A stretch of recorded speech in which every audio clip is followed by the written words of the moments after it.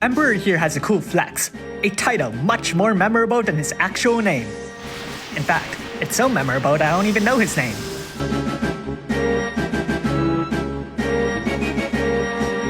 Emperor Palamecia's Trustmaster reward is a materia that can only be equipped onto units from Final Fantasy II. Just like those other limited Trustmaster reward materias we've been seeing, it's very good, granting 500 flat magic and double killers against all species, only gated by the fact that it's limited to units from the Owner series.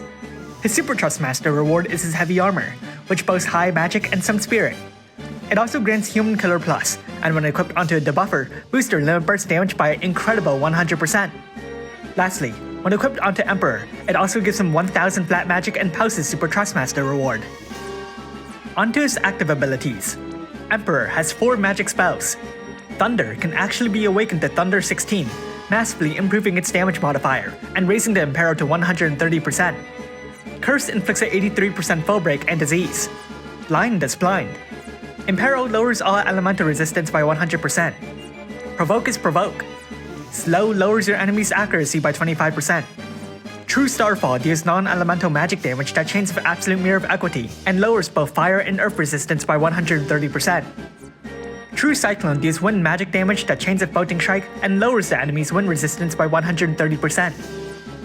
The only one suited to rule his eye lets Emperor evade 2 attacks, gives him an HP barrier, and fills his limit burst gauge if his limit burst is at max level. Glimpse Hell's True Fury can be used once per battle. It lowers the enemy's attack and magic by 85%, defense by 87%, and spirit by 88%, boosts Emperor's magic by 280%, his wind damage by 30%, and his limit burst damage by 200%. Passives.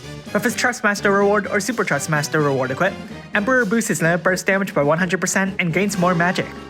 He really needs that limit burst damage boost, given he doesn't have any without it at all. He does have 4 strong killers though, and a nice boost to evasion and limit burst regen. Upon entering the battle, he automatically casts Preemptive Full Break, which inflicts a 70% full break and lowers all elemental resistance by 80%. He prefers to carry a single weapon, meaning half the cap to the chain limit boost. At EX plus 2 he gets Warring Spirit, and at EX plus 3 he gets 500 magic. He also has a strong starting spread of elemental resistance, with the one exception of light. It's also worth noting that his defensive stats are really bad. Let's look at his limit burst. It lowers defense by 85% and spirit by 88%, inflicts a 25% rod imperil, a 145% wind imperil, and deals wind magic damage. As a super limit burst damage dealer, Emperor Palamecia has access to Sabotage Shift, which fills his limit burst gauge, and that's pretty much it. The super limit burst adds on an 85% attack and magic break, improves the defense break to 87%, and the spirit break to 89%. The rod imperil also rises to 35%, the wind imperil to a whopping 160%, and the wind damage got stronger as well. Let's rank brave abilities. He has 1 and raising it just raises damage. Time to make a damage rotation. I'll assume the enemy's weak to wind. On turn 1, cast the only one suited to rule his eye, and double cast True Cyclone. On turn 2, uses Limit Burst. On turn 3, cast Glimpse Hell's True Fury, and double cast True Cyclone. On turn 4, uses Limit Burst. On turn 5, uses Super Limit Burst. Repeat the rotation from here, though you have to replace most of his moves with True Cyclone. On a separate note, Lightning 16 will also work if the enemy's weak to lightning, so that's always another option.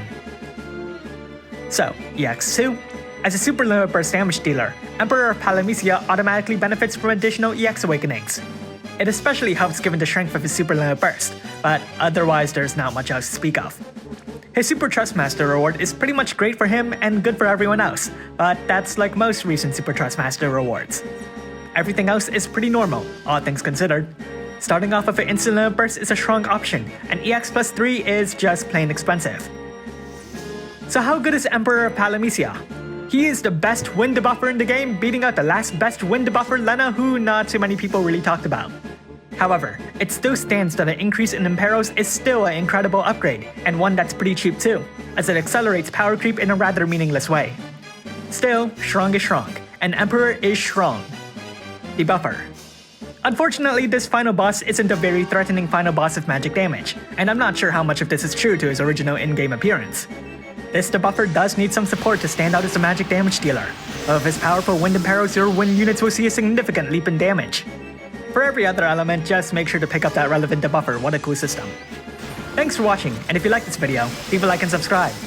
Comment below if you summon Emperor Palamecia. I've never particularly cared for cheap power creep like this, and inflicting debuffs just isn't as exciting as actual damage, even though it's so important to the game. With that, I don't think I'll be getting Emperor, and will just save my Lapis for the next impressive global original unit. I'm hoping it'll be a golden robot modeled after Riser.